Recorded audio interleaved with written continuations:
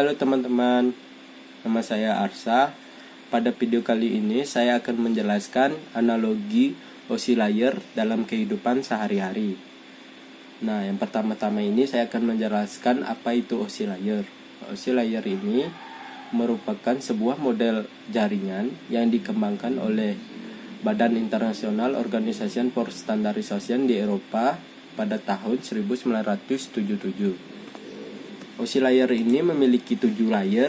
Yang pertama itu ada application layer, yang kedua ada presentation layer, yang ketiga ada session layer, yang keempat ada transport layer, yang kelima ada network layer, yang keenam ada data link layer, dan yang ketujuh itu ada physical layer.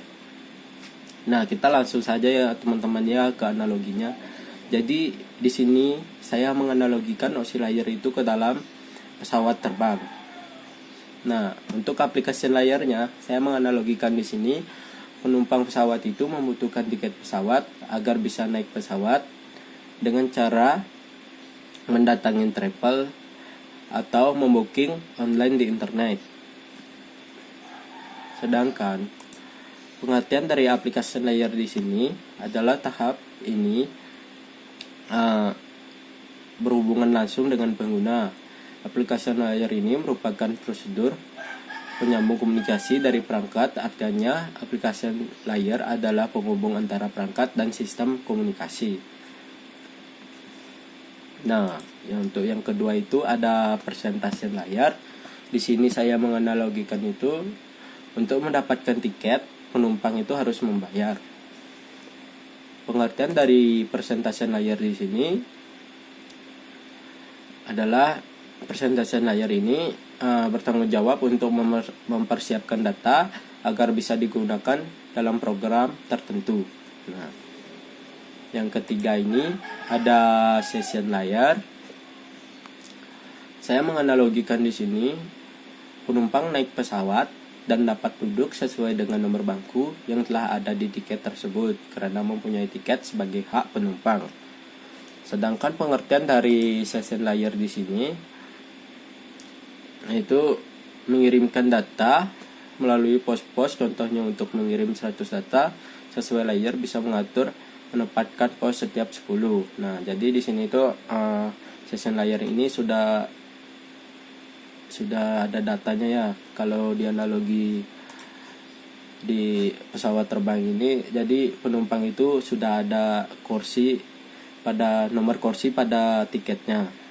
Nah, untuk yang keempat yaitu ada transport layer. Waktu pengecekan tiket pesawat di bandara, penumpang dapat memberitahu pihak boarding tiket maskapai terbang yang sedang dipesan dari pemilik travel kemana tujuan perginya. Jadi saya menganalogikannya di sini itu penumpang itu pada pengecekan tiket itu memberitahu pihak boarding pas tiket maskapai pesawat yang sudah dipesan dari pemilik travel kemana tujuan dari penumpang tersebut. Nah, sedangkan pengertian dari transport layer di sini yaitu berperan sebagai penanggung jawab kiriman pesan antara dua perangkat, mengambil data dari layar sebelumnya dan meneruskan ke lapisan berikutnya. Jadi di sini itu penumpang itu memberitahu kemana tujuan dari penumpang tersebut. Nah, yang selanjutnya ada network layer. Saya menganalogikan pada pesawat terbang ini, network layer itu pemilik travel memberi informasi kepada pihak maskapai pesawat akan tujuan si penumpang dengan menginputkan data penumpang. Sedangkan pengertian dari network layer di sini bertugas untuk memberi jalur sebagai fasilitas bagi proses pertukaran informasi antara dua jaringan yang berbeda. Nah, untuk yang selanjutnya ini ada data link layer. Pada analogi pesawat terbang ini saya menganalogikan penumpang dalam hal ini akan dijadikan satu, yaitu misalnya kalau dijadikan satu itu maksud saya itu sesuai tujuannya itu akan dikelompokkan menjadi satu.